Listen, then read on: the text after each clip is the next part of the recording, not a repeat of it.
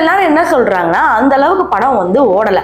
அப்படி இருக்கிறப்ப எப்படி நாங்கள் வந்து 100 கோடிக்கு மேலே வந்து சம்பளம் கொடுக்க முடியும், ஏதாவது ஒரு ப்ரொடக்ஷனுக்கு வந்தால் தானே கொடுக்க முடியும், அதனால இதுல இருந்து நாங்கள் ட்ராப் ஆயிடுறோம் அப்படின்னு சொல்லி ரோமியோ ப்ரொடக்ஷன்ஸ் இப்போ வெளியே போயிட்டாங்க. அதன் பிறகு மைத்ரிக்கு போயிருக்காங்க. அவங்களும் இதே தான் சொல்லியிருக்காங்க, ஆல்ரெடி படம் பண்ணி ஃப்ளாப் ஆயிடுச்சு, திருப்பிலாம் பண்ண முடியாது, அதெல்லாம் வந்து முன்வர முடியாது, கம்மியா வேணா வாங்க சொல்லுங்க அப்படிங்கிற மாதிரி இந்த பக்கமும் சொல்லியிருக்காங்க. இப்ப அடுத்து ஏஜிஎஸ் வந்து முன்னாடி வந்திருக்காங்க.